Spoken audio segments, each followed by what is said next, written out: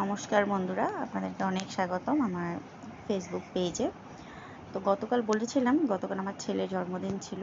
তো বিশেষভাবে কোনো আয়োজন করা হয়নি, জাস্ট কেকটা কাট করা হয়েছিল।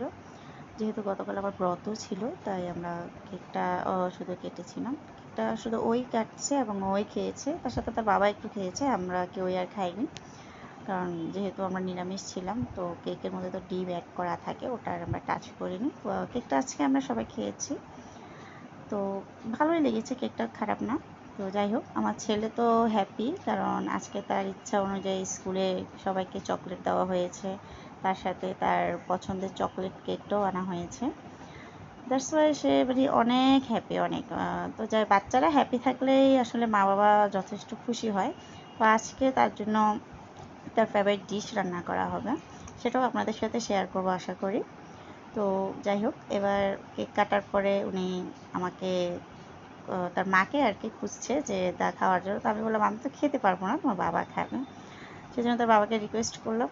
তো তার বাবা গেল, তো কেকটা ওকে আগে খাইয়ে দিল, তারপর ওর বাবা ওকে ছেলেকে খাওয়ালো।